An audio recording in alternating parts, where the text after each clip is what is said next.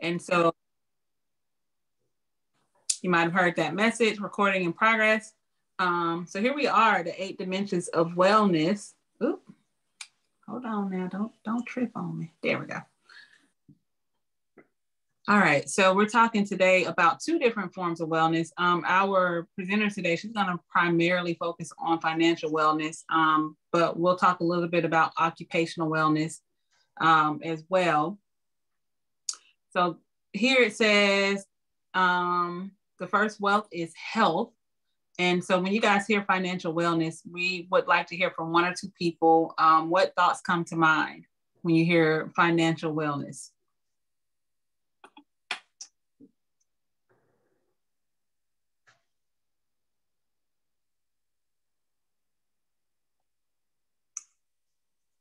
Can you hear me? Can you hear me? We can hear you, Miss Donna. All right. Normally, we think of financial wealth as an accumulation of money and things.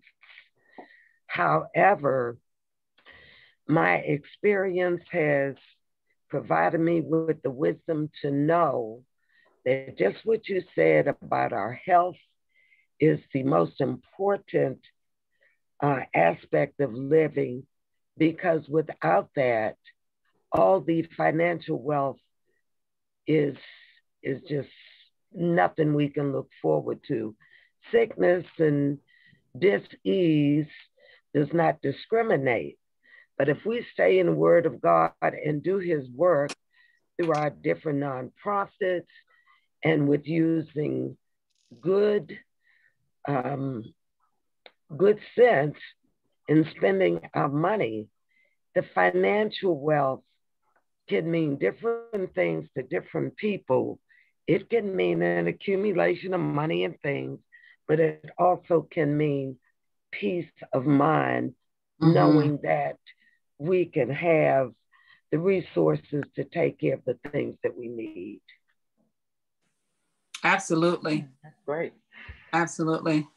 In my devotional this morning, it just so happened to have one of the scriptures that many of us are familiar with about the love of money. And it says, for the love of money is a root of all kinds of evil, for which some have strayed from the faith in their greediness and pierced themselves through the many sorrows. And that's 1 Timothy chapter 6, verse 10. And so financial wellness is not necessarily the love of money. And I think we have to understand that. It's not about how much money we can get. It's about what we do with what we have that God has blessed us with, being good stewards over our money. Finances can come in many different forms. And I'm not sure if, Vachelle is going to touch on this or not, but it doesn't necessarily have to be, the green dollar or the debit card. You have assets and things like that also contribute to your financial wellness. And, in the financial world, they look at debt to income ratio. And I think that God does not want us to necessarily be indebted. He wants us to be debt free. Now, of course, all of us are looking at our student loans going, okay, Lord, you want us to be debt free. But I think part of it, and I think this is kind of what Miss Donna was hinting at as well, is that part of it is that mindset that we're not in debt, that we don't necessarily have to be borrowers all the time, that God can bless us and establish us and put us in a position also to be lenders, but maybe not even lenders, but also givers. But having that mental freedom, that we're not trapped by or bound by our finances or lack of. I think that's the first part of financial wellness, is how we look at our finances, how we look at our spending, how we look at our expenses, and how does it contribute to our overall quality of life. I'd like to that. What comes to mind? I've been seeing a couple of interesting things that happens. One that happened to me, and then one that I've seen. Twice now I've had to go into this gas station to get my receipt. And when I went inside, they had those casinos, those machines on the side. And twice now I walked in. The first time it was a man who sat down and kind of looked at me, and I said hello and kept going. The second time was like a week later or so, I walked in and the same man was sitting down. I think it was about the same exact time that I was going to the gas station, and he was sitting down at the casino again. And what I noticed is that there are people that take their money and they gamble it. They go and they sit down at these machines for hours like this. I was headed to work. I was just getting some gas so I can go to work and make some money. And this guy was sitting down hoping that he was going to, win big on this gas station machine.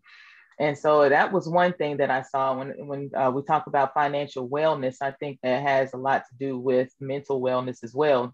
How we spend our money. Sometimes, I can imagine a person like him probably spends a lot of his money at the casino and then borrows some to make sure his ends meet, And then the other thing is something that I like to, it's just a little thing that I like to do. And it's a mind thing.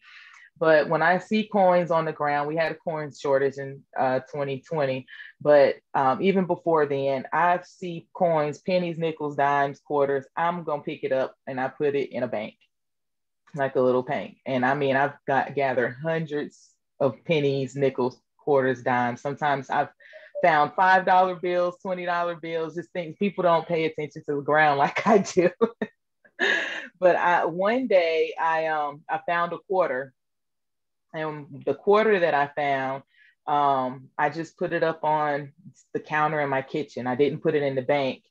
And one day I stopped to look at it for some reason, and there was a bat on the quarter. There's bats on there. And I didn't even know they had this, but the 2020 quarters have bats on them. And I'm just thinking this is a quarter.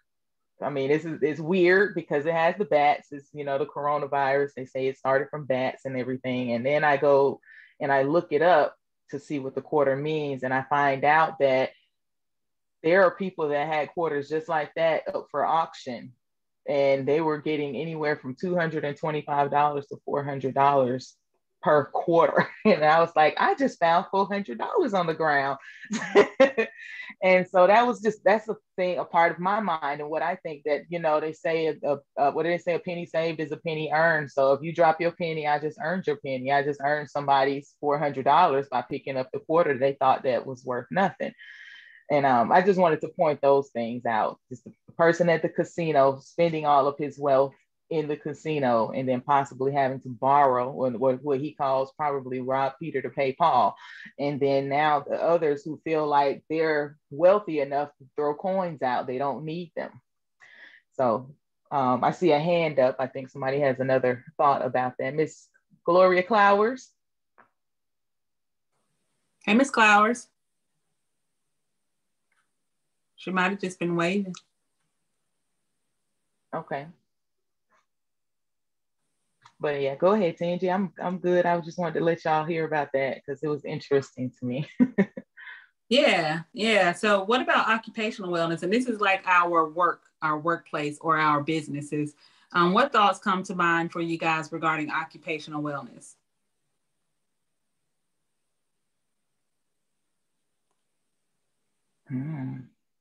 Okay, I'll chime in on that one if nobody has anything. For me, occupational wellness is peace of mind.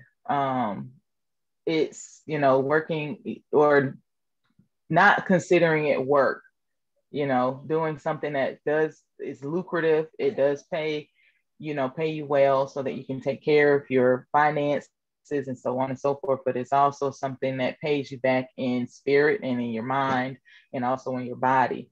As you can see from that picture, how these people are sitting on exercise balls because they're trying to maintain their bodies. Because as a massage therapist for almost 17 years now, these are my clients right here. This is low back pain. This is neck pain. This is shoulder pain. This is wrist pain. This is the carpal tunnel, things of that nature. These are my clients right here. So I think that it's very important for us to find professions that also coincide with our bodies as well as our mind and our souls. Mm-hmm. Absolutely. You know, I think about all of us who are trying to run multiple things, you know. I think Dejanay earlier, you were mentioning, you mentioned like 3 or 4 things that you do. You say you work at the gym, and then you said you work for a nonprofit. You also work with the radio station, and God knows whatever else. Like, we're all in this world now where we do multiple things. Like, I think, you know, back in the day, it seemed like people had one job. They went to work and then they came home. And that was it. They did that one job. Then you started hearing second and third shifts, and people were picking up second and third shifts, which is interesting because in other countries, and I learned this from somebody who was from, I think, either Kenya. This was a while back. I know he was from a country in Africa, and he said there was no such thing as a third shift or a second shift. He said we got off at 5 o'clock. We went home, and that was it. And we got ready for the next day. But here we are in America, and America is like work 2 and 3 jobs, or work your business and then try to, you know, you got to make money until you can do your own business. A lot of us want to be entrepreneurs and things like that, or try, you know, aspire to be. We're doing the same thing with Life on Purpose. Me and Tiffany, we work independently now, but it took us a minute to get to that point before we were working with other people. So I think occupational wellness is balancing all of those things and doing your best to figure it out and not overwhelming yourself. I think that's important. Like, sometimes I don't believe in not sleeping to get a job done. Like, even though like now I'm also in school, I'm not going to lose any sleep over school. If I can help it. I'm not going to stress myself out and do those things, because my physical wellness, like Tiffany was saying, is more important than trying to do all of these things. I think that we can do the things that we need to do, but maybe we have to manage them per the season that they're in.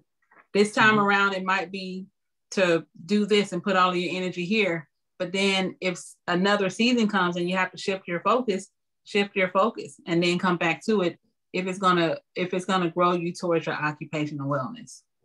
Mm-hmm. Does anybody have any input or feedback? We'd love to hear it.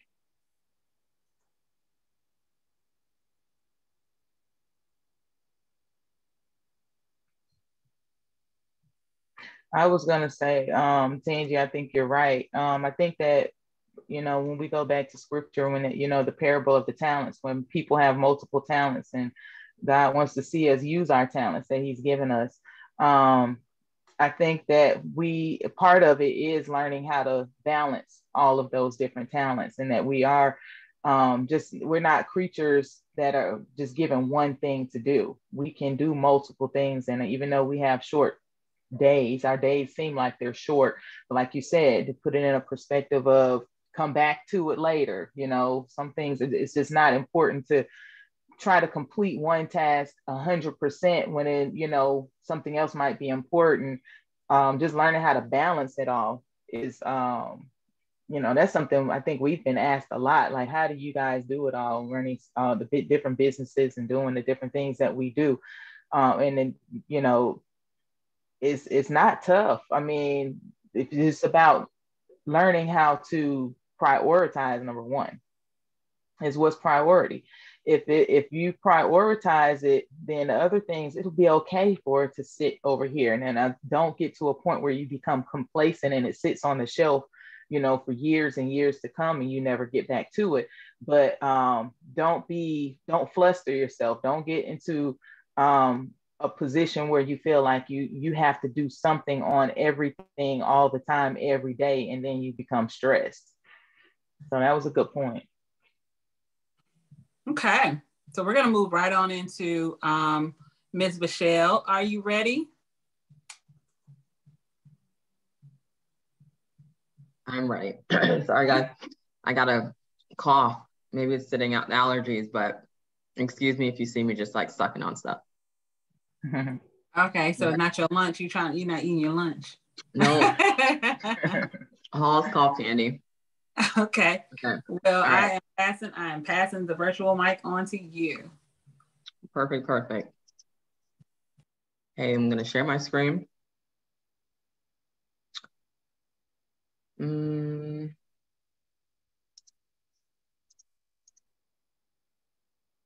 Okay, we tried this out earlier and it worked. Hold on. It's not showing up right now.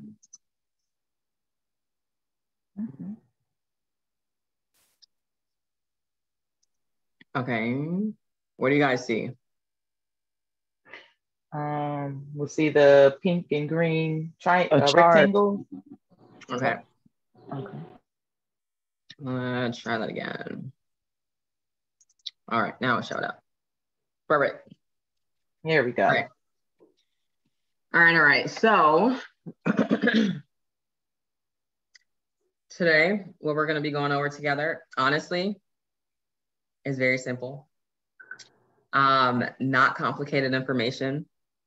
And I do that on purpose because oftentimes when we talk about building wealth, our minds, we want to know like, oh, tell me that latest stock that I need to get into. Oh, what about this new investment thing over here? What about this? What about what's this? What's that? And honestly, a lot of times when you just kind of run out the gate with that, it's kind of putting the cart before the horse. And so dialing it back and kind of going through the basics, just kind of asking yourself questions, coming to grips with the reality of what it really looks like to build wealth is going to be the best way forward in actually being able to do so. And so where I'm going to come from with this is honestly purely financial. We talked about, wellness, financial wellness.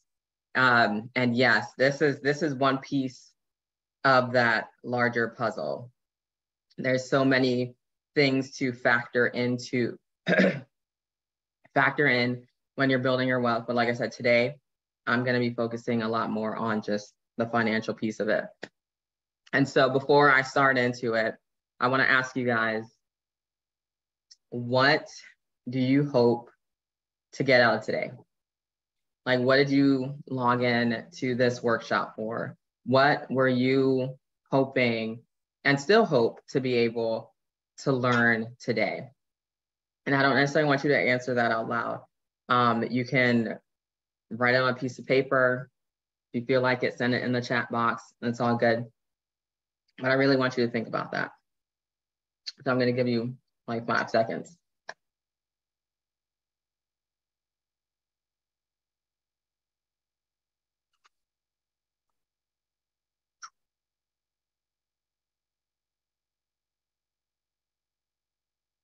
So oftentimes we don't think about it, but we all have a money story, right? We all, whether it's from parents, people around us, friends, shows, whatever the case may be, we all have an association with money growing up that oftentimes influences how we handle and deal with money. And so I'm just going to share with you like my association with money growing up. And again, I don't want to take forever and sharing. I thought we'd have not as much people as we had today. And I was going to have everyone kind of share, but I'm kind of going to keep it moving. If you want to throw it in the chat box, please do. I'd love to read it. But my money story is growing up. My parents grew up poor. My mom literally lived in like a tenement building where they all shared one bathroom in like a huge apartment building. Just really poor. And so when my parents came to America, I'm first generation American, they didn't want me to have to experience that struggle, me and my sister and my siblings. And so they worked really hard for us not to have that same experience that they had. And so in the process, when I think of my childhood and I think of money, I think of Christmas time and going to Toys R Us and my parents just saying, pick what you want.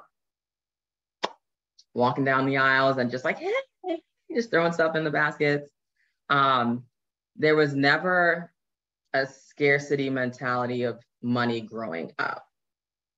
not to say that we could get anything that we wanted. That's not necessarily the case. But there was rarely ever times when it was like, no, we just really can't afford that. That may have been the truth, but it may have been packaged in different ways. And so just have that memory of just like, there's no scarcity of money, you want it, you get it, kind of stuff like that, obviously within reason. But then there's also, my mom was really big on us saving our money.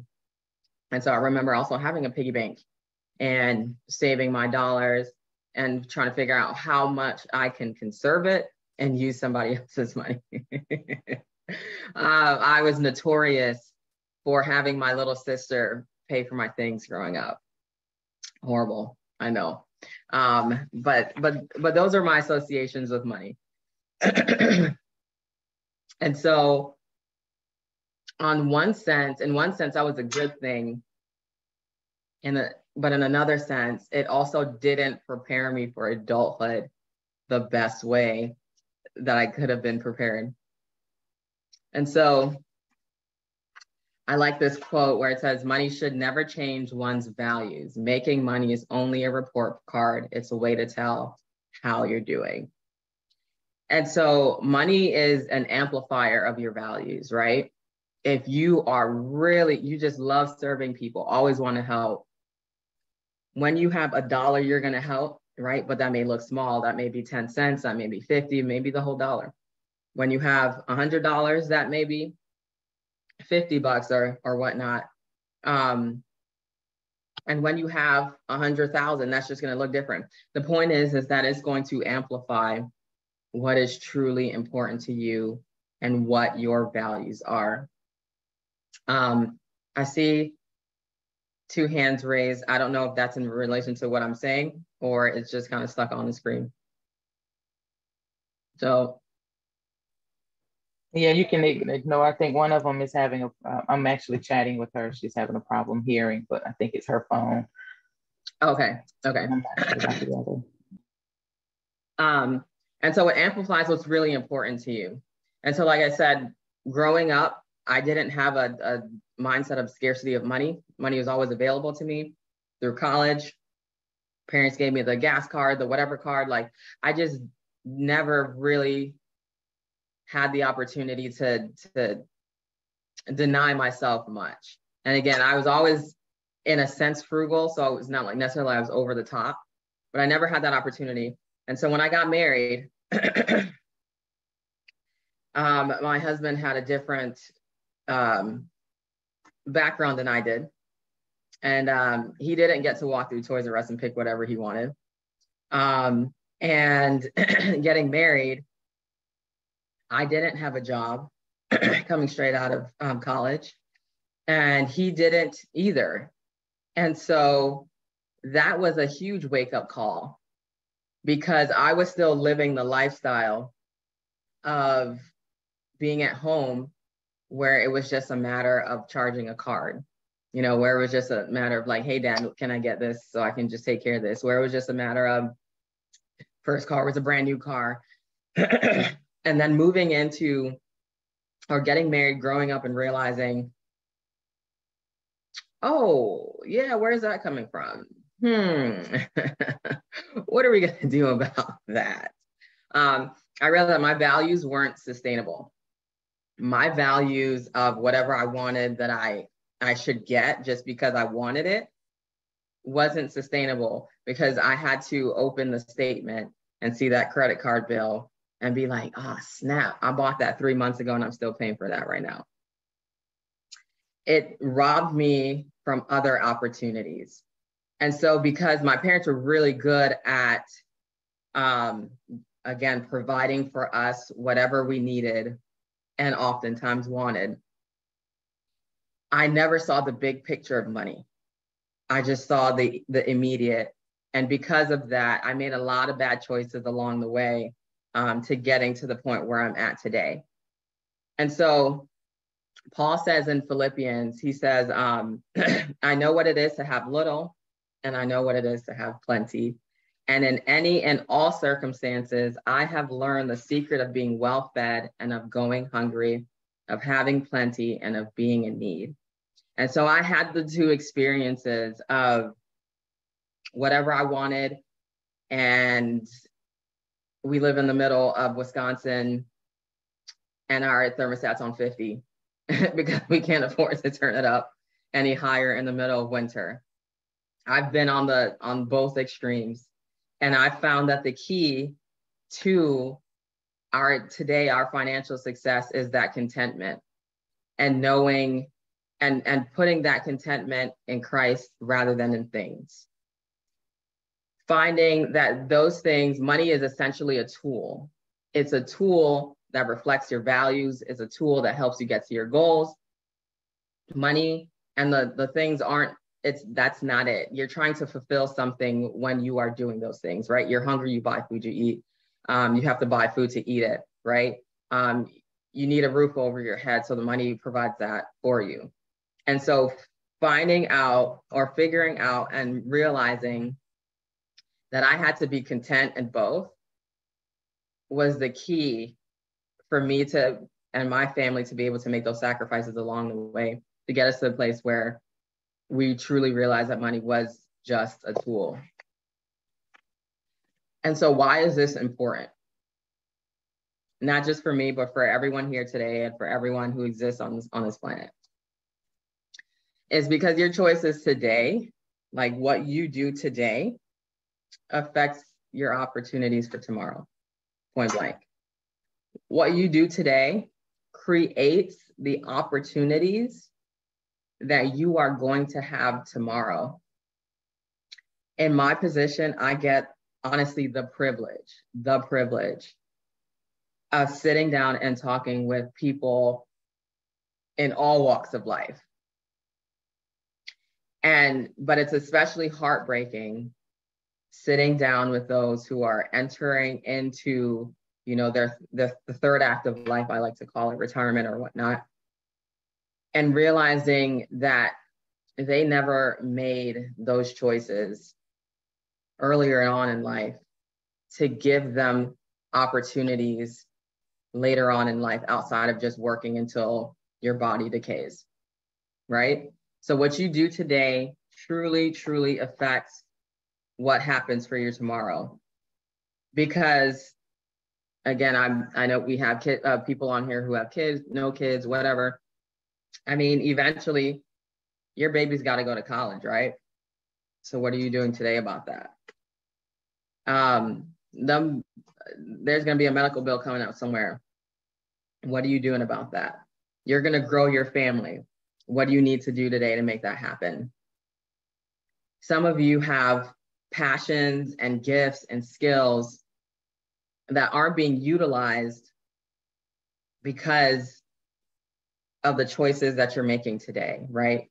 You're choosing to live a lifestyle that doesn't allow you the opportunity to be able to explore and to expand on those passions and those gifts and those skills that God's given to you. But this is all just kind of like, this is principle. And so now going into actually what wealth is, again, financial wealth. Wealth can be defined in many different ways. But going into exactly what wealth is, wealth measures the value of all the assets of worth owned by a person, community, company, or country. Essentially, wealth is what you are able to accumulate and not what you're able to spend, right? If you're making $200,000 and you're spending $200,000 and you don't have anything that you're accumulating, you know what your net worth is? Right? You're canceling it out. What you're making, you're spending it all and depreciating assets. You're not accumulating anything. You're not able to build anything to pass anything on. So it's not about the income, it's about what you're doing with that income. And that's super, super important. And a lot of people don't realize, because oftentimes, and actually leading into the next point of things that steal our wealth, right? Things that allow us to not be able to accumulate is lifestyle creep.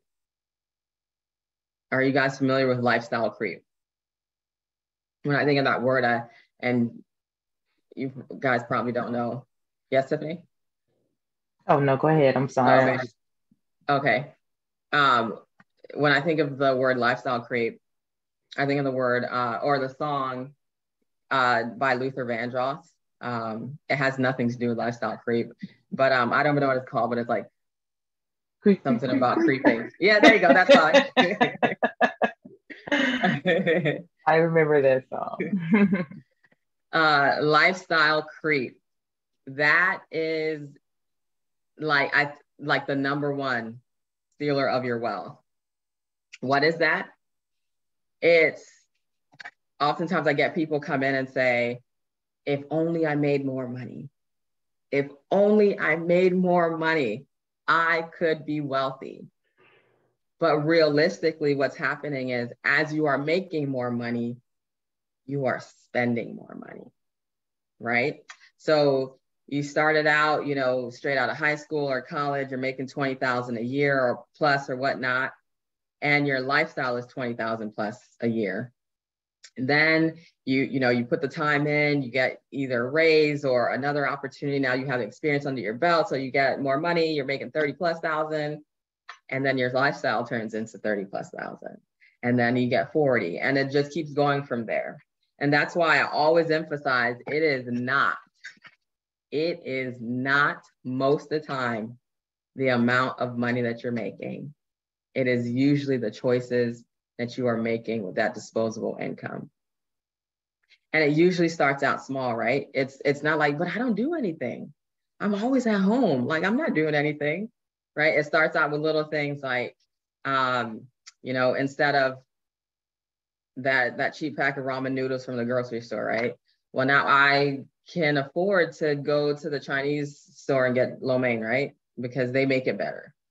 So that, $1.50 pack of ramen noodle turned into a meal of $9 or whatever.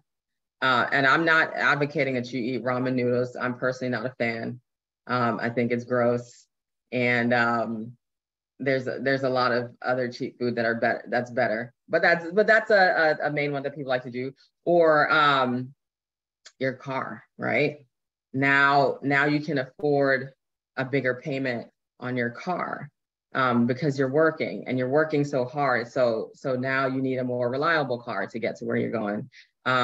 Or it could be, I'm so busy, I just don't have time to do what I used to do. I can't keep up cleaning the house. I can't do these things. So I just, on Craigslist, someone can come clean my house for $50 a week, whatever the case may be. It's just those little things that just start creeping in to your world that then takes up the majority of your disposable income. And we walk into that with the mentality of, I deserve this, right? I deserve this. I've been working so darn hard. Like, I need to be able to enjoy the fruit of my labor.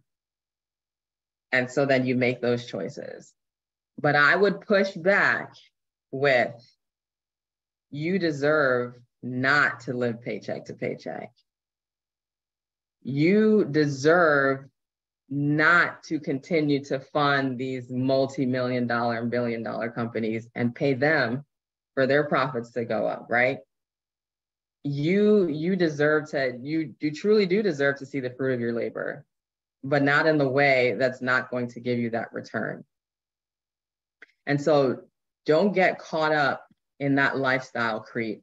When we were in the pandemic, at least for myself, I realized, wow, I'm saving a lot of money because I'm not going out as much, right? So I'm not putting as much money in my gas or putting gas in my car. I'm not buying clothes as much because I'm not around people as often, right? Actually, funny thing is that, and this is all in the concept of don't spend to impress, right? you'd be surprised of how much of the things that you spend your money on and you do is associated with because there's people around. Even if it's not conscious, you know, there's people around. I think during the pandemic, I already have big feet, size 10. No, I was size 9.5. But during the pandemic, I was working from home a lot, so I wasn't wearing shoes. And so my feet, I am now officially a size 10 because I wasn't wearing shoes. And so my feet just like flattened out and got bigger. But that's just a funny thing to say, that because I wasn't around people, I wasn't having to put myself on display. There was a lot of things that I was saving and realizing what I truly valued, what I truly wanted to spend my time and put my energy towards. And so one thing for you guys is I want you to think like, what do I do in life that contributes to this lifestyle creep that's also associated with the fact that I'm around people and they're gonna, you know, I get my nails done because I don't want anyone to think that I'm not clean or something or whatever. Like I take care of myself or whatnot. As you can see, my nails aren't done, so don't judge me. But what are those things that you do that maybe you could kind of drop off of your list of things to do that aren't beneficial for you? This is huge. Debt traps. And I call them traps because they are. Tangela mentioned it earlier, like the goal is let's be debt free. Like, why do we need to dig ourselves in the hole of debt traps? And they're not oftentimes as like, okay, don't use your credit card. That's like a no-brainer, right? Let's limit our use of credit cards. But it's also like overpriced college degrees, right? Oftentimes we're sold the dream, you know, as soon as you get out of high school, you need to go to the best college, get the best education, so on and so forth. When realistically, honestly, networking is key. Networking is so key. You go to the best colleges so you can rub shoulders with people who know people so that you can get into doors of different places, right? But the point is that only 27% of people who go to college for said degree actually enter into that exact field. And so I usually tell people, figure out what you want to do, right? You get out of high school, take a gap year, whatever the case may be, go work, go to the local community college or whatever. Figure out what you want to do and get there as cheap and as fast as possible. I love that Tiffany said, like, she's the queen of certs. She has a certificate this, certificate that, Like, do that. Like the trades, there are so many gaps there. You know, get into an internship, whatever, turn that profit around real quick instead of having to go to, you know, a 4-year university and then even longer than that. And full disclosure, I have my degree. My husband has his graduate degree. Full disclosure, we have those things. But we also teach our kids, hey, you know, if you want to be a business owner, great. You don't necessarily have to go to school to do that. Start from now. Find someone to kind of sit under, learn from them. If there's gaps in that and you find that it's going to be beneficial to be able to go and formally get an education in this field so that you can be better at what you do, great, but do it as cheap as possible. Someone said in the chat to get scholarships. Scholarships is a great way of doing that, right? You got to work hard in school in order to make that happen. So overpriced college degrees, that's a debt trap, right? The student loans in America are absolutely ridiculous. And it's so unnecessary for many reasons. But either way, just don't get caught in that trap. Another debt trap is typically a person's largest asset is going to be their home, right? You buy a home worth X amount of money, but the second largest asset, if you're not saving or doing anything like that, do you guys know what that is? Now you can say if you want, you can take yourself off mute. Do you know, let's say the outside of a home, if you're not saving or anything, do you guys know what the second largest asset that people usually have? That would be a car, right? Children.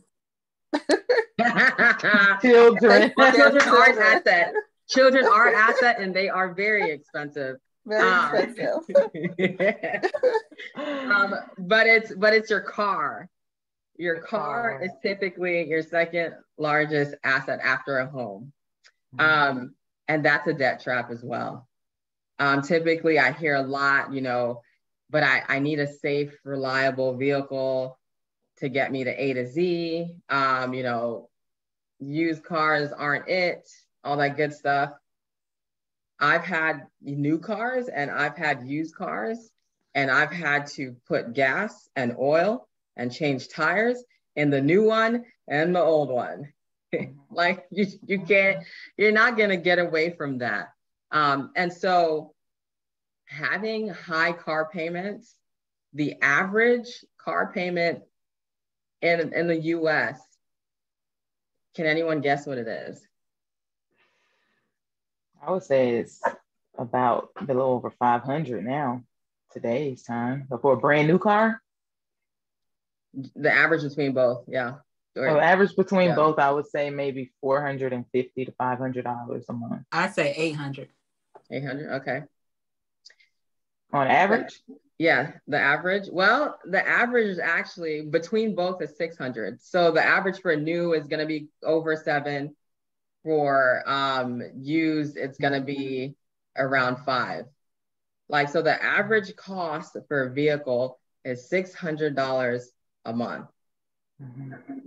With the average length of the loan being about 6 years, so about 70 months, and the average interest rate being about 8%. Now, you're probably looking at this graph like, why are we looking at this blank graph? One, partially because I didn't have time to put in the details of it, but the main reason that we're looking at this graph is if you buy a vehicle, $600 a month, $600 a month, 6-year term, 8%, you would have invested into that vehicle $42,000. If you took that same money and invested $600 a month into an investment vehicle over 6 years with an 8% return, the same amount of money that you just paid out for that car, you just paid Toyota, you just pay Honda, you just pay whatever, you could have been investing in yourself. And so I don't buy the excuse that, oh, I just don't have, how would I ever have that much money? You do, but you find it for the things that you value. And it's about figuring out, how does this play out into the long term? And so on this chart, you could be the negative or you could be the positive. You could pay yourself or you could pay somebody else. Can I share a story? Huh? Can I share just a quick story? Go ahead. Yeah, yesterday I was talking to a 23-year-old, and she has a vehicle, but she got into 2 car accidents. She has a 2008 Volkswagen. And in her talking about what she's going to do as a result, she was like, oh, I'll just get a new car. I don't want a used car. I want a brand new car. She's 23. She's in college. She's working part-time at a restaurant. And I didn't say it, but in my head, I was like, Somebody would probably sell you that new car. Somebody probably would. They would find a way for you to be able to afford that new car. But realistically, but I knew that, and I'm thinking, if you had enough to think, just based on what you just said, like if you had enough in your mind to think that you could afford a new car, how much could you think about affording to, like you said, invest in yourself? Yeah. If you think that a part-time job and being a full-time student, you can afford a brand new car. I don't know, no judgment on how much money you got. But if you can think that far, then you could think about ways to invest in yourself. Yep. And oftentimes we think like that's the only option that we have. If I need a car, this is the only way that I can do it because I can't afford to just buy one, right? I can't afford to just go to the lot and just, pay full, cash for a car. Actually, okay, I'll show you a picture. Let's see, hold on, did I put that in next? No, I didn't. Okay, no, I'll show you a picture of mine. But truly, it's not your only option. It really isn't. And it's about planning. It's about planning. It really isn't your option. But anyways, I'll go into that a little bit more. Debt trap cars. That's like my personal biggest pet peeve. I hate huge car payments. Why? I don't like them myself. I did find myself getting a brand new car, and I deserved it. No, I'm just kidding. That's not.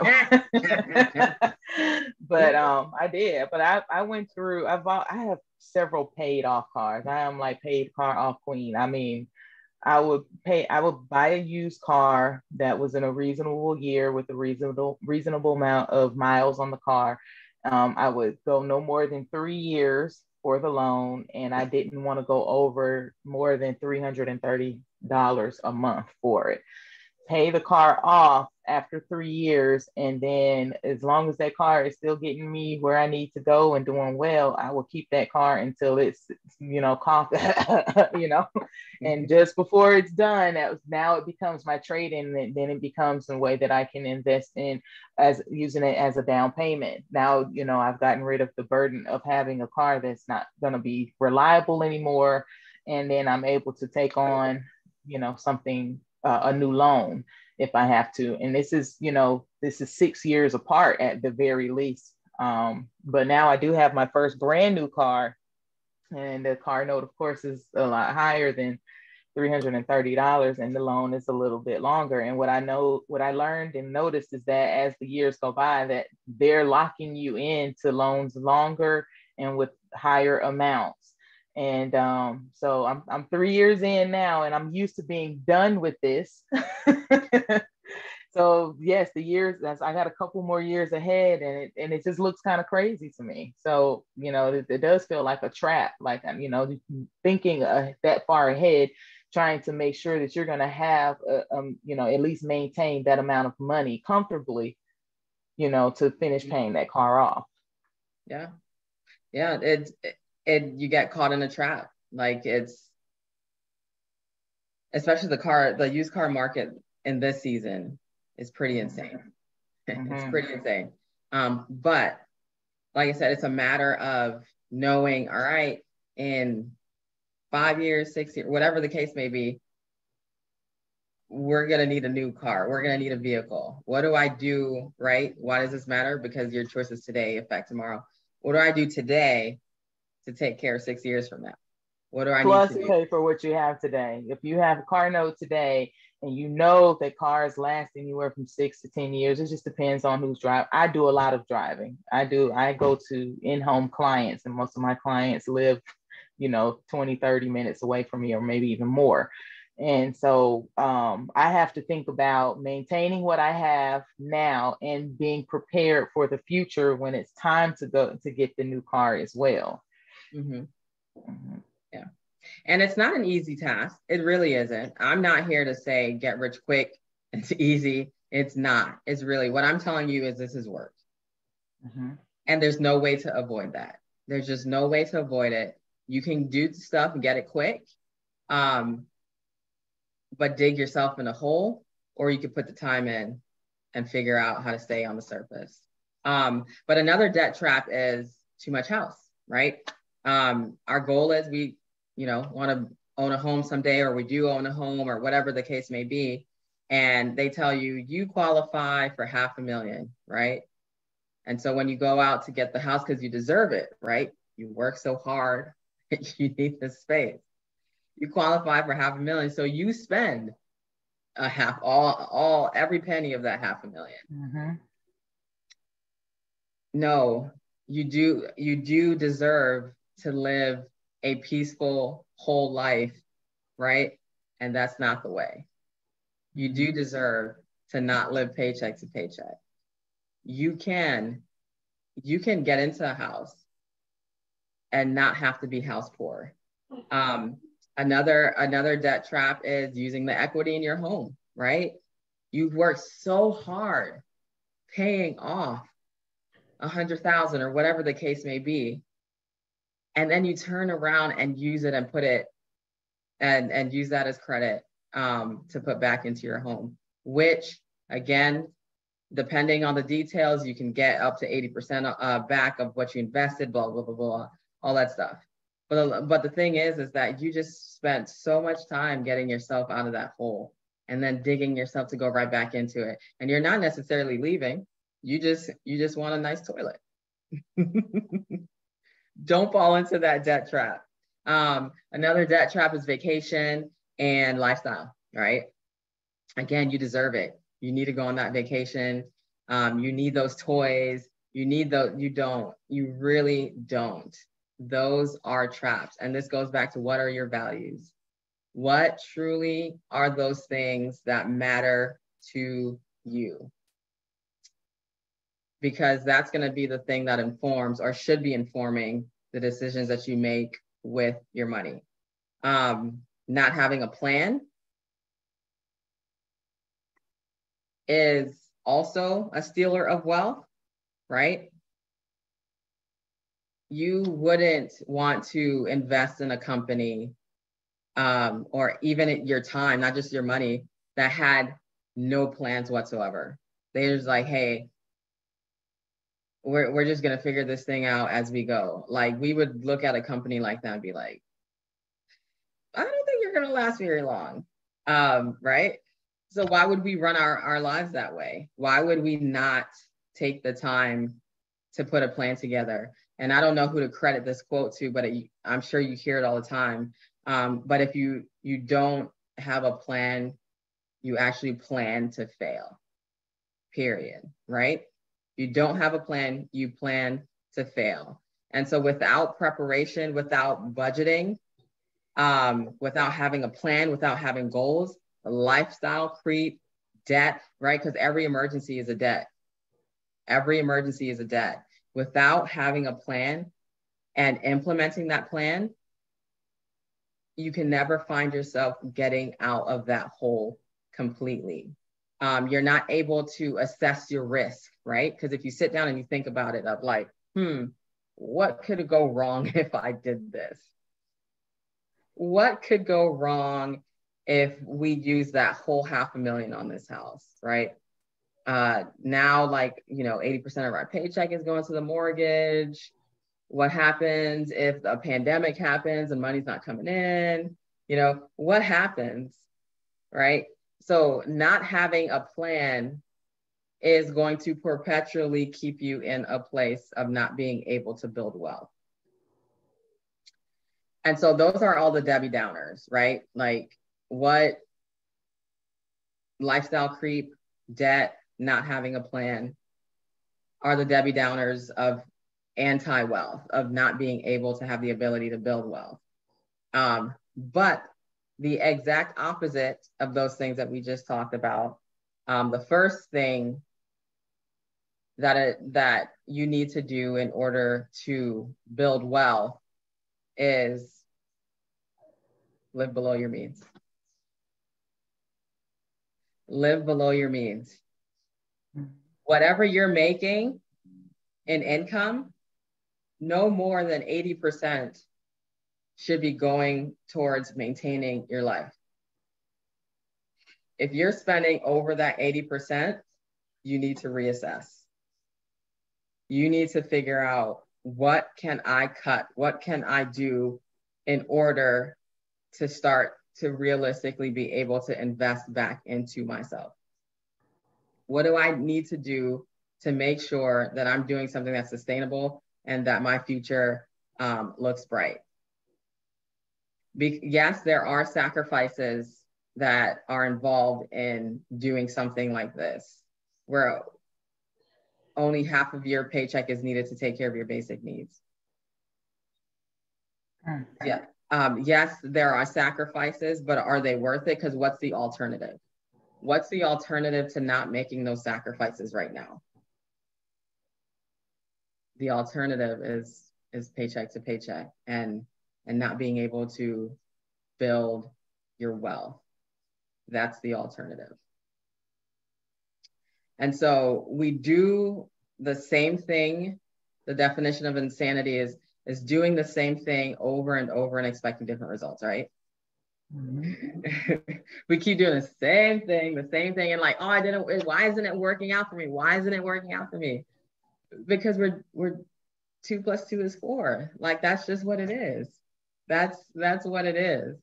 And so I have, this is me and my beautiful 2005 Saturn Ion, that when we first acquired it, I might have cried. I think I did.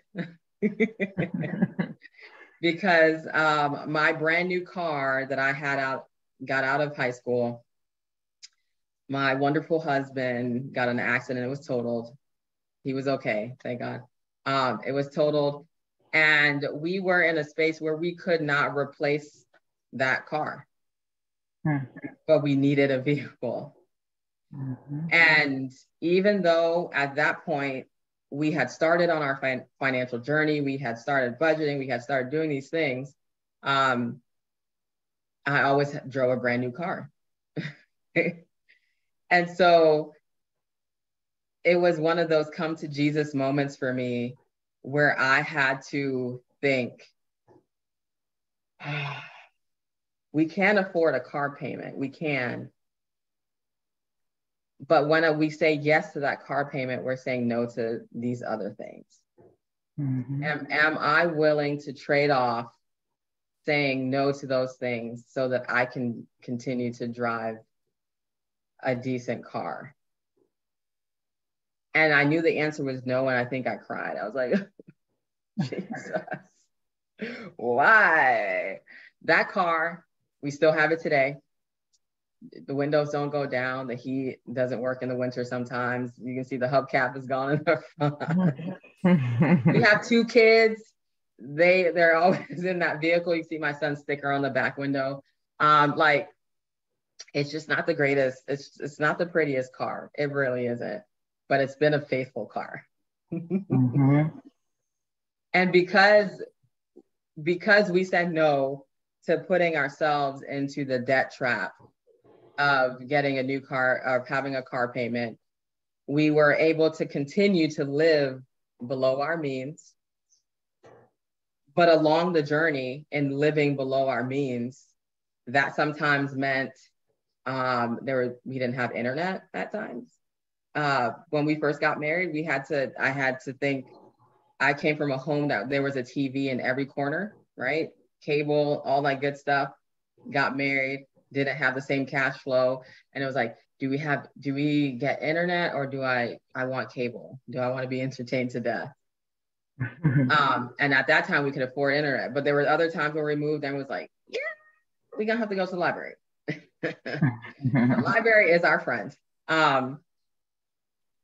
Living below our means meant that sometimes we lived in sketchy locations, right? I'm pretty sure my neighbor one time was very likely a drug dealer. It was a white guy, very likely a drug dealer, and had a wandering eye towards kids. We didn't stay there too long. But we lived in sketchy locations. We had to become vegetarians for a season because meat was super expensive, right? That's not the luxury lifestyle.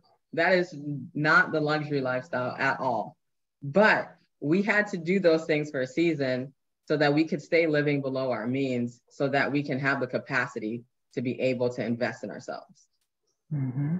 So that we could be in the space that we're in today. And we are still improving and getting better and having, investing in ourselves more and more and having more opportunities.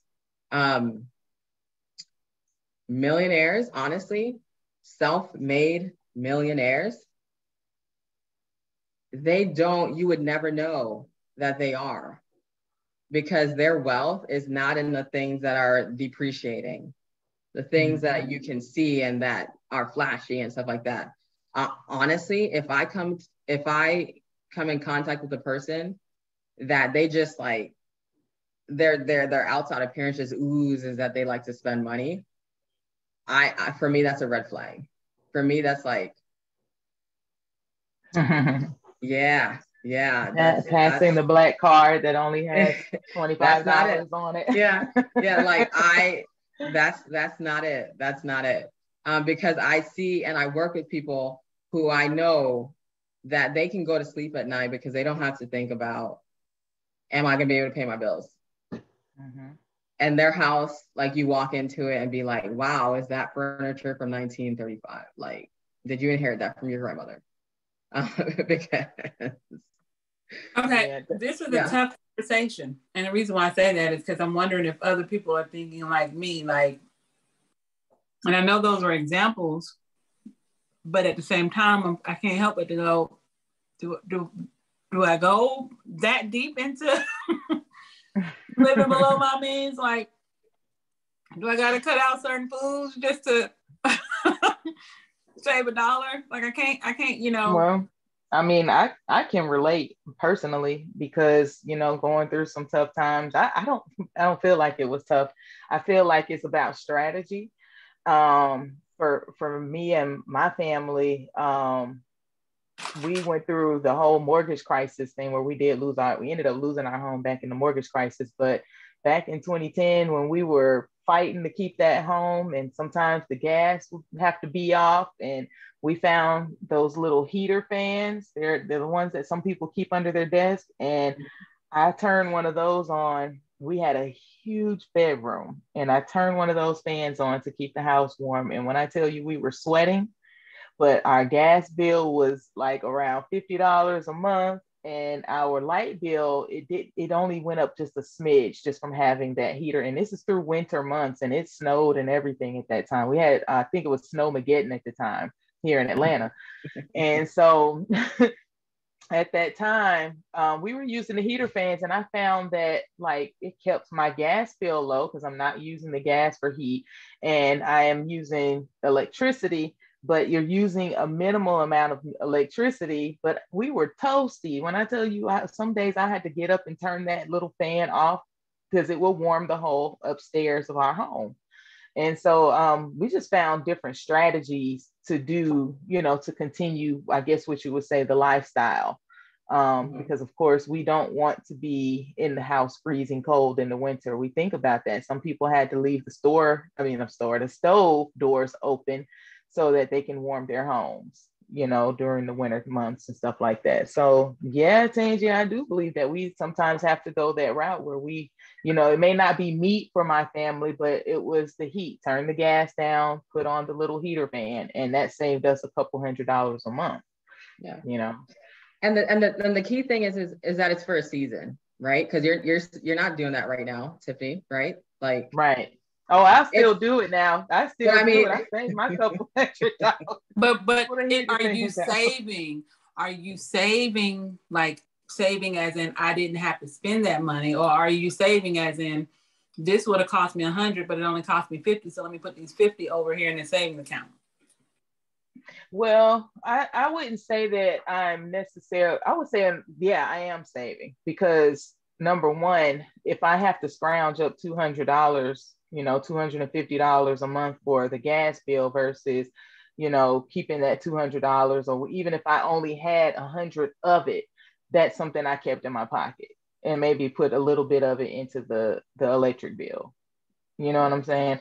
And so when we're talking about financial wellness, I don't think that wellness, always means that you're adding to. I mean, it would be great to add to, but if we can maintain in life and, be content, that is great as well. The bills are being, your ends are being met. And, it will be great. It's like a bonus if we can manage to put something in the savings account nowadays anyway. So to be well. Mm-hmm. It's a two-pronged strategy in the sense of, like, if you're living above your means, you got to figure out how to get below it, right? And so that can include being vegetarians for a season, not having internet, those things like that. But then also, right, bam, you hit that, you're able to live below your means. Now, then the next step is being intentional about that saving, right? So I'm not paying, $500 a month for a vehicle. What am I doing with that $500? Right now that I'm below my means, right? What am I doing with that $500? Am I going on vacations, or am I putting it in something that can turn around and then bless me in dividends? And like I said, it's for a season. So for example, yes, we still have this car parked right next to it is a Volvo. So I'm just saying that this car helped us. This car helped us to get to the Volvo in a way that we can do it again, that we're not digging ourselves into debt and keeping ourselves in that trap. And I do want to be mindful of time. I see that we're coming up here. I'm gonna kind of go through the rest of it a little bit faster. And so living below your means and also making your money work for you. Like I said, now you're saving, you're living below your means. What are you doing with that money in order for it to come back around and pay you? Because ultimately, no one is going to make you rich. Like, no one's working for you to be rich. You have to work for yourself to build that wealth. And when I say rich and wealth, that's relative. That's very relative. Because if I told you what we live on today, you look at me like, really? Like, how? Make it make sense. Make it make sense.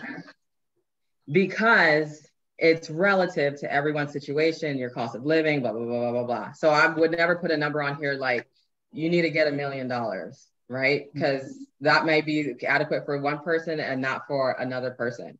But either way, the important thing is that you are avoiding as much as possible putting that investment into someone else, putting that investment into the car, the car makers, or the Apple product, all the stuff like that. Figure out how to turn that around for yourself. What about those financial seminars, such as like Rich Dad, Poor Dad? And when you, before you leave, they want you to drop at least a couple $100 on them. I'm not out there kind of just like dog those opportunities. I mean, they can work in theory. They can work in theory, but you have to understand the amount of work that it takes to put in to make these things happen, right? It's not just because you came, it's not even because you came here today and you got some knowledge. You got to put it to work, right? And so anyway, taking that seed, right? Taking that dollar and turning it into 2 and 3 and 4. You need to figure out ways to just shave that off and put that into yourself. Also, building wealth is long-term. It's long-term. Even if you hear those success stories of like, man, overnight, you can make $1 million, all that stuff like that. Could that happen? I can say no. I'm not going to say no. I'm not going to say no.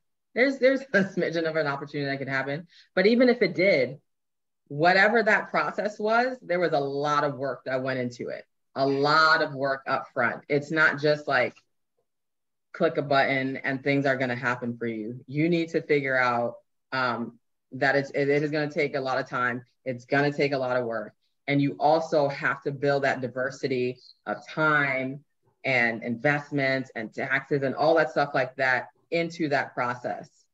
But we can get into like which kind of stocks you should put into, mutual funds, ETFs, REITs, all those different things.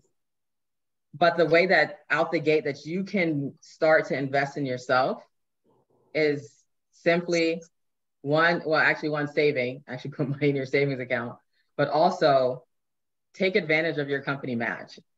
If you work for a company, you should not be contributing to your retirement. That's a no-brainer. If they're going to match you dollar for dollar, you need to get that 100% return out the gate. Start to contribute into things like your company match. And that's a basic way to get that started. It's not sexy. It's not like, oh, look at all this money that I have going for me, but it's the way to start setting that into motion. And the sooner you start, the better your prospects are down the road. And this is just an example of the miracle of compounding interest. It's a miracle. Not really. You can break down the math of how it works. But the point is that just like example here, Jack starts at age 20, putting in the same amount versus Blake starts at age 30. And you see the difference in how their trajectory goes. Mm-hmm. It's night and day. I tell people all the time, starting a little bit now is better than having to try and find the bulk later. Mm-hmm. Start now, because time is on your side. It's on your side right now. So you're basically saying not to leave any money on the table. Do not leave money on the table. Money on the table. It's freely there for you. If you have a company that has, I believe you're talking about 401k, where if you invest in your 401k, your company matches dollar for dollar. If you don't invest in your 401k, you're leaving dollars on the table. Exactly. That's dollars on the table. And they want you to take advantage of it because it's a tax write-off. So why not? You get the money, they get the write-off, and life is good for everyone. Take advantage of that.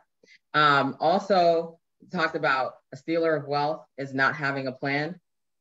So that would mean the opposite is that you should have a plan, right? And so goals help us to, when we are in a position of being a vegetarian, of not having internet, it helps you to keep on going of like, okay, why am I doing this? Why am I torturing myself in this season of life? Oh, that's right. I want to be able to send my kids to school. Oh, that's right. I want to buy that house. Oh, that's right. I want to retire early. That's why I'm doing this right now. So have a plan to get to that next step, right? Be smart. Create goals that are specific, right? So I want a house. I want a house in 5 years, and make sure that that's attainable, right? I want a house in 5 years. Be realistic. Give it a name and break it down, right? Not just, oh, I'm going to be rich. I'm going to be a millionaire someday. Great. When do you want to be a millionaire by?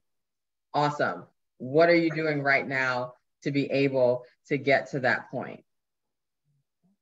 Having a plan, because statistically, and not just having a plan in here, right? Statistically, when you write things down, and if you do it on a daily basis, you are 42% more likely to achieve that. Crazy, right? Because it's always in front of you.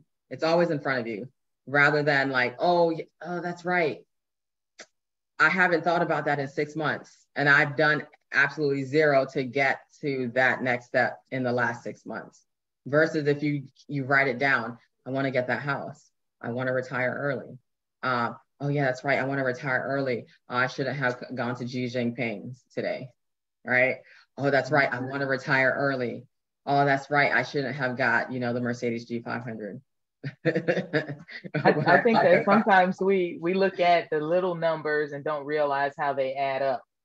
you know. Absolutely. Oh, because I went to this restaurant, it's only going to cost me $50, $60, but then you don't realize that later on this week, you might just not feel like cooking. And now you spend another $40, $50 on a meal. Now you spend $100 that week, you know? And so, yeah, those little things do add up. Getting your nails done, getting your hair done, getting, you know, makeup and clothing and da da da da. We in the chat we talked about Amazon, Walmart. That gets I know people take trips to those places, to Walmart and you know constantly have Amazon packages delivered. You know, oh I can get that on Amazon and not thought about for a second how much it's going to cost you. You know, exactly. Compounding interest. They didn't put in. Jake didn't put in 2.5 million. He put in significantly less than that. But a little over time got him to that point. And so having a plan, having it before you constantly, staying organized, like that's important, right? Know what your bills are, know when they're coming out, know what's coming into your account, know what's going out, know when you need to, that quarterly thing that always comes up, right? It's not a surprise. It's coming up every quarter. Plan it into your budget. Plan it into your goals. I want to be able to, the next car emergency, not have to use my credit card. Great. Put away $50 every paycheck so that the next time that happens, you're going to be prepared. I kind of mentioned in that and just building a budget, right? Building a budget. I can't say it enough. Build a budget. People I was going to add that you can go on your utilities websites and they'll, you know, open up your accounts and it'll tell you on average how much your bills are every month, what you're spending. So it's, you know, that's attainable as well. I know sometimes our utilities fluctuate a little bit, but they don't fluctuate in large sums except for seasonal. But you can get your charts from a year ago to show you on average how much you're spending every month. So you can budget that as well. And sometimes they'll even set you up on a plan, a yearly plan based upon, you know, your past history. This is how much you use on a monthly basis. We'll bill you that every month rather than it up, down, up, down, up, down. So that's definitely building a plan, right? Having the right mentality, understanding and comprehending that there are going to be sacrifices. Like you can't get away from that. There just are going to be sacrifices. But honestly, at the end of the day, I tell people as well, if you sit down and you weigh the cost and you look at what you're going to have to do in order to attain this goal, if that's not worth it for you, then it's not worth it for you. I can't make it worth it for you, and no one else can. Like if you want to have your things now, that's your value. That's your value. And being honest with yourself about that too, instead of always thinking like, oh, when am I going to get this? When am I going to not be paycheck to paycheck? When am I going to get that wealth? You have to consciously be aware of the fact that you are making that trade-off and then be at peace with that. And so assessing your risk, right? Like I said, sitting down, counting the cost. And then as you're accumulating, what are you doing to protect that? What are you doing to protect those assets? What do you have in place to make sure that if things go awry, that you're not going to hit ground zero, right? Ask yourself those questions. If you don't have an answer, then you need to figure it out. Seeking guidance, right? That's what I'm here for. Tangela and Tiffany have a lot of wisdom as well. Like I'm sure there's other people in your life that have wisdom. There's some on this call that are in insurance and finance, and like bring people into it as well. You don't have to have all the answers, and that's okay. Like that is A-okay. If anything, for me, that's job security. You don't have all the answers. So, and you don't have to think like, oh, it's a vulnerable thing. You know, I don't want people to know that then you'll always be in that place if you don't give yourself the opportunity to open up and reach out and have people to help you figure those things out. And so in all of that, I want you to think about how does what you're doing right now, how you're spending your money, how you're positioning it, how does that reflect your values and your goals? Is it reflecting it adequately?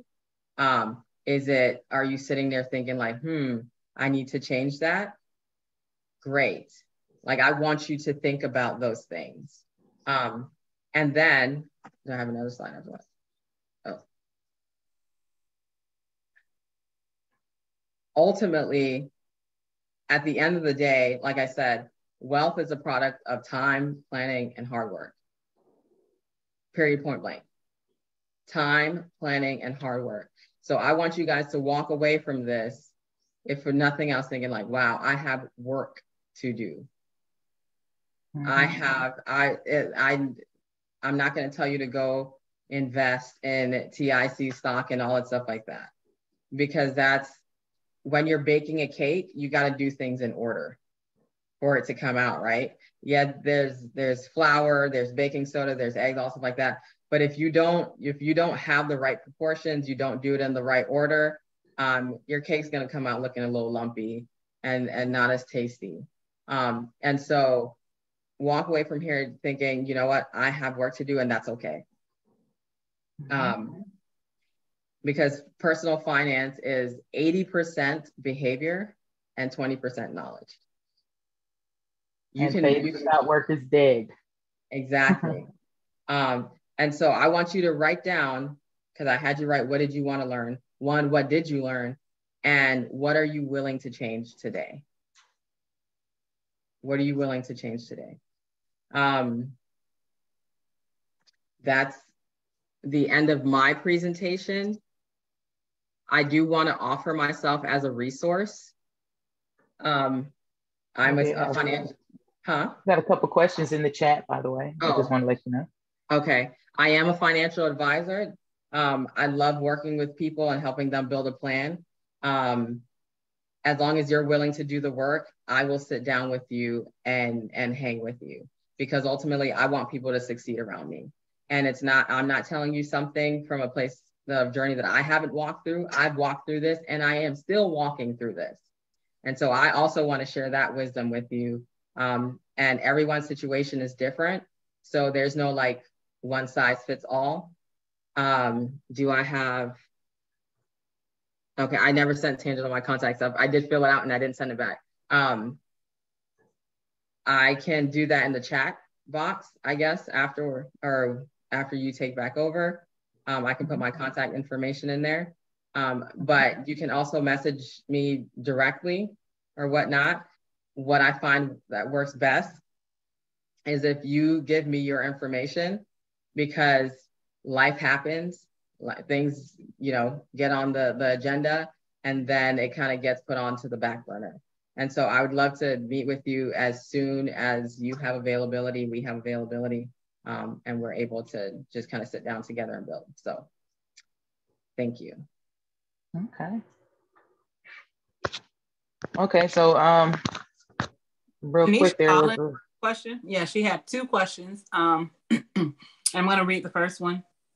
It said, I know we didn't talk much about credit, but a lot of times parents will add their kids around age 16, 18 to their credit card so they can start building credit. Is this a smart plan, or is it not the best route to help your kids build credit? I would say depend on the lifestyle and the discipline. My mom did do that for me. Actually, I think I was like 15 or something like that. She put me on her credit. I did build good credit off of it. But for example, my husband didn't have any credit, and he was the one that bought our first house. So there are ways to attain, like there's a way to buy a home, to get into an apartment without any credit, because it's better to have zero credit than a bad credit score, right?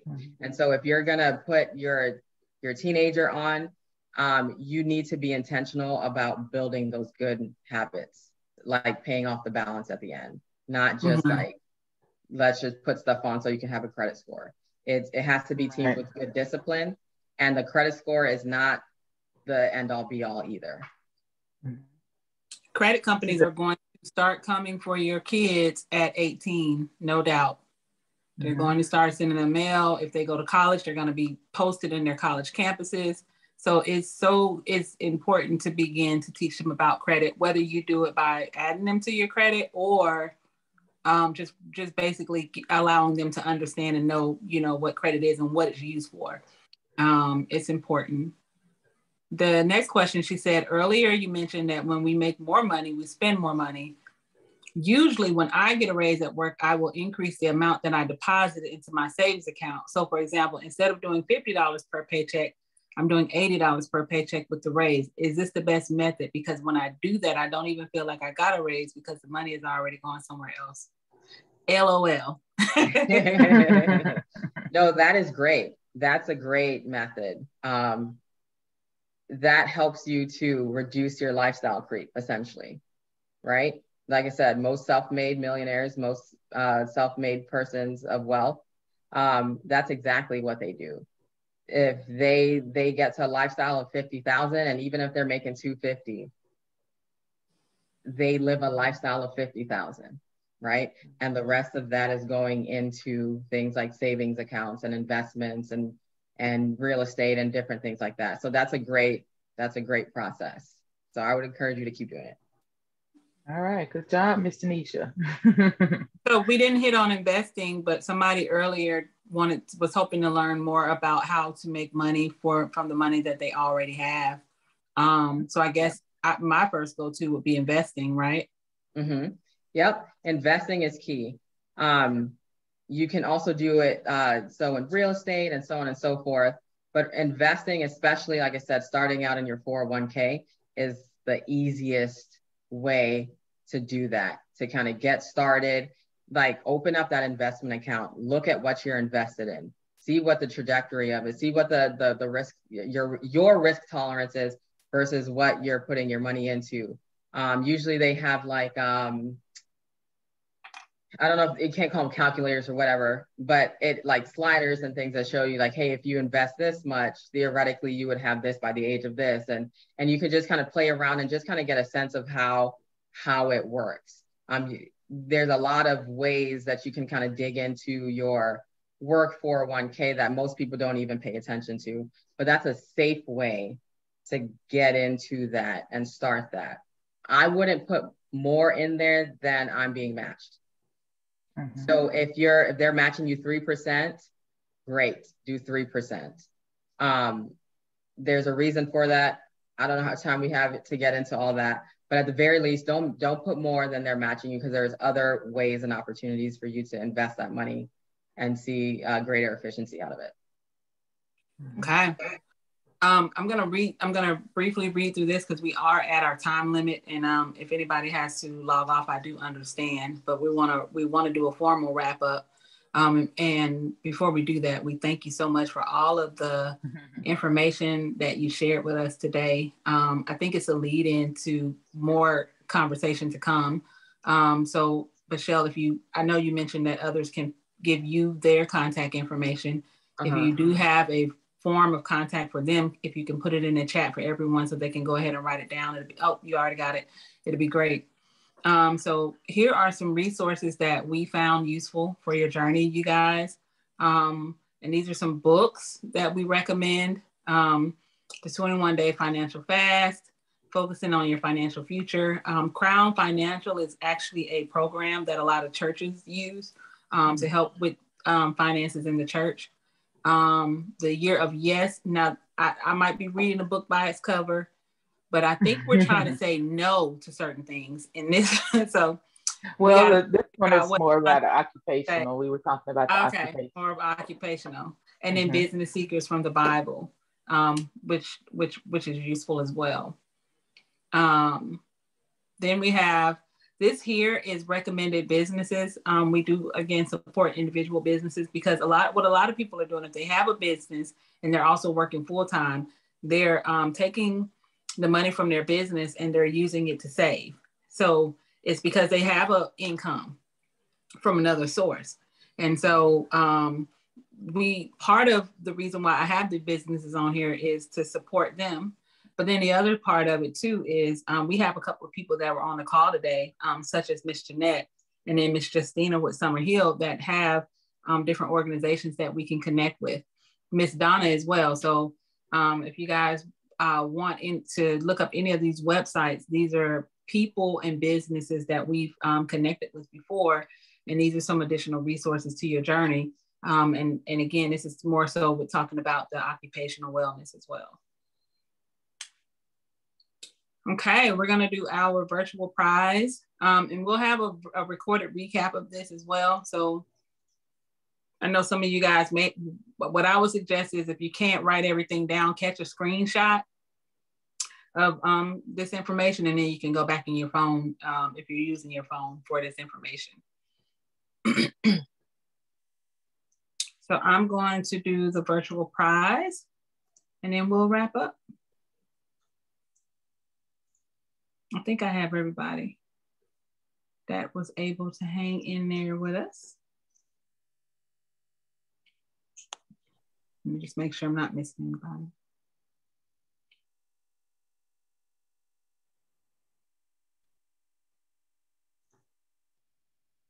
Okay.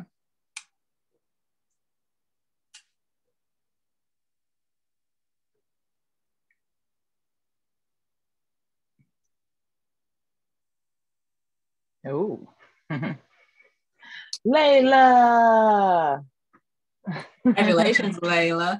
Layla is one of our younger crowd. She typed that so fast in the chat. I said, I won. So Layla, you win some life juice. Congratulations. And just so you know, Vachelle, we had a variety of age groups here. So I know that does sometimes make a difference in just some of the things that people learn. So somebody like Layla would need this information more so for her future, but she has some things that she's doing to start now. Layla is a artist, so she's starting her art business where she likes to draw things. Nice. And she'll draw you whatever you want, and she said you can pay for it. So, so yeah. So let's see. So your information is in the chat, right? Yep. Mm-hmm. Okay, cool. And then just pulling up this last little bit of this PowerPoint. So you're on social media as well, right? Facebook? Yes, I am. Looks like she put all of that information in the chat. So I see here. Okay. And what we'll do too is we'll follow up with, when we send out a recap, we'll also share your information in the recap email. Okay.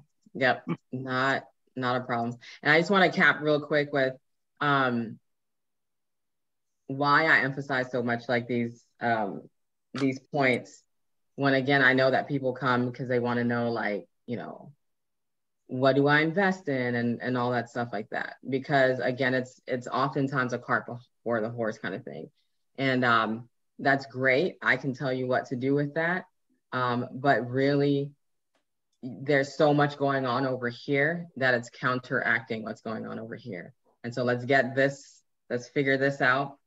And there's so much fun in figuring out strategies of just kind of long-term investing and what that looks like for retirement and so on and so forth, which I have fun doing that as well. But I find that this is really important for people, especially starting out building their wealth.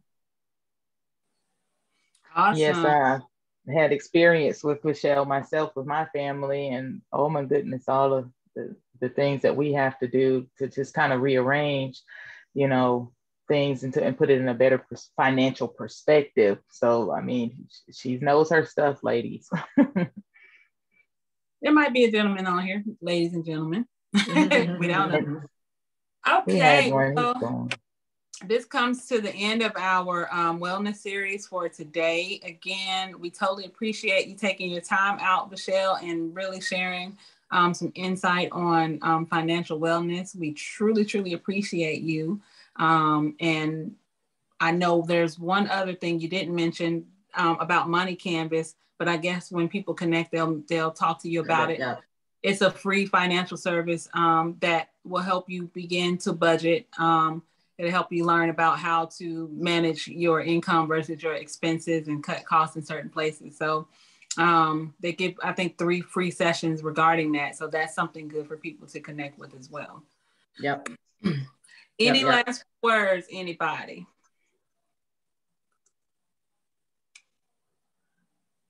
Any last questions?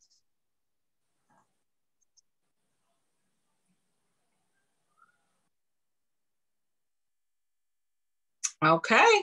Well, thank you all. Thank you to our participants. I hope you guys were able to get some questions answered, and that you guys have a lead into some of your areas that you want to work on for yourself financially.